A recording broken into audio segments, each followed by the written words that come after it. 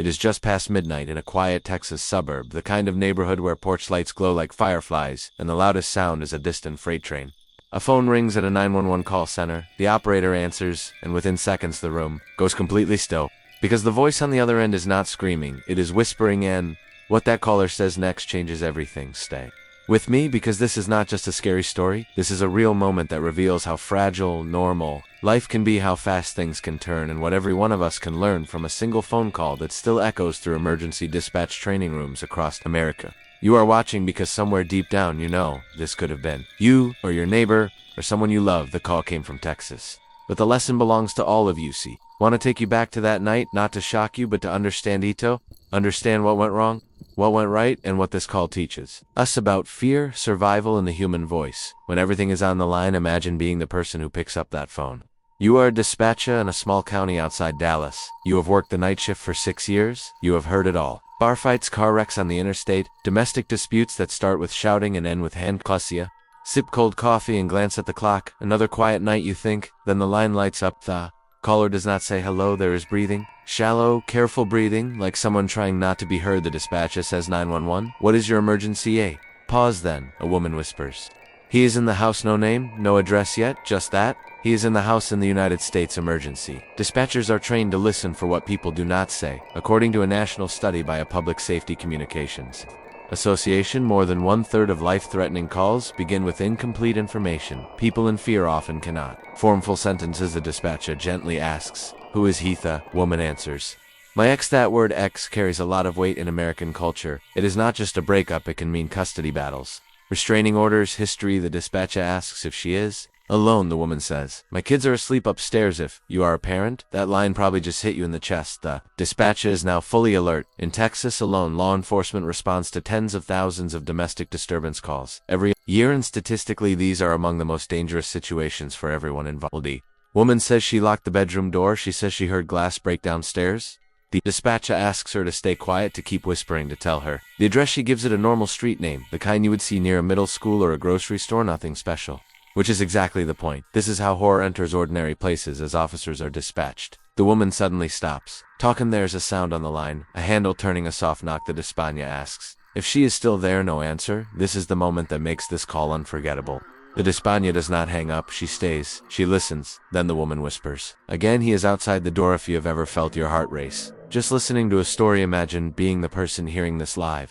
Knowing help is minutes away, but minutes can be forever. Research from a university in the Midwest shows that during moments of extreme fear, the human brain loses its sense of time. Seconds feel like hours. Every sound feels amplified. The dispatcher tells her to stay silent, to put the phone down, but keep the line open. The knock turns into pounding. The kids upstairs begin to stir. The woman says, "Please hurry." That is all. Please hurry. Officers arrive in under 4 minutes, which by national standards is fast.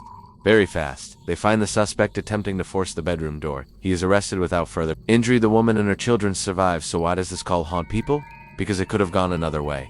So is Salian, because the recording is used in training, not as entertainment, but as a warning. Here is the problem we all face, we assume. Emergencies will look dramatic, loud, obvious, but real danger often arrives quietly. A whisper, a locked door, a phone held with shaking hands. Many people watching this think I would call 911 faster. I would be louder, I would know what to say, but studies show that in high-stress situations, more than half of callers struggle to provide basic information. Your brain goes into survival mode.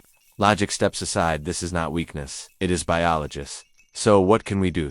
This is where the exploration begins. Understand that preparation is not paranoia, it is peace of mind. Many American households, people practice fire drills, but few talk about personal safety plans. Knowing your address by heart, teaching children how to dial 911, having a charged phone nearby at night. These are small things, but they matter. The dispatcher in this case followed protocol perfectly. She did not rush, she did not panic, she let silence work in her favor. That is something we can all learn from. Sometimes staying calm is the most powerful move. Another important point.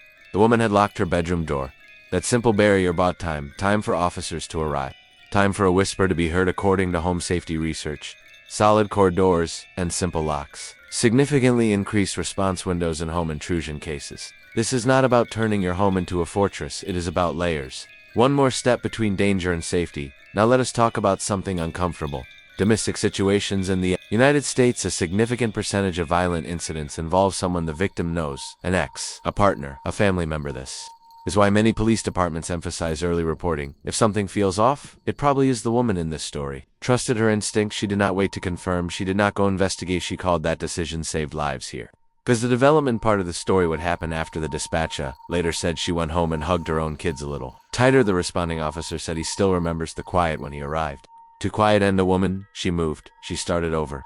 She told investigators that the hardest part was staying silent, not screaming, not running, just waiting. There is a powerful lesson here about endurance. Sometimes survival is not about action, it is about restraint. Hollywood teaches us to fight or flee, but real life sometimes asks us to wait. That is a hard truth. Now the climax, the key insight, the most haunting part of that call is not the threat, it is the trust. A stranger on the phone trusting another stranger to stay with her in the dark. That is the invisible thread that holds emergency systems together, and it is easy to forget until you hear a whisper. In the night, for viewers outside the United States, this story still resonates. Fear sounds the same everywhere. A locked door in Texas is not so different from one in London or Toronto. We all share the same heartbeat in moments like that, so do you. Take away from this: know your surroundings, trust your instincts, prepare without fear, and remember that calm voices save lives. This was not a movie, there was no soundtrack, no dramatic ending, just a phone call and a choice. If this story stayed with you, good it should, because awareness is not about being scared, it is about being ready, and readiness is a form of kindness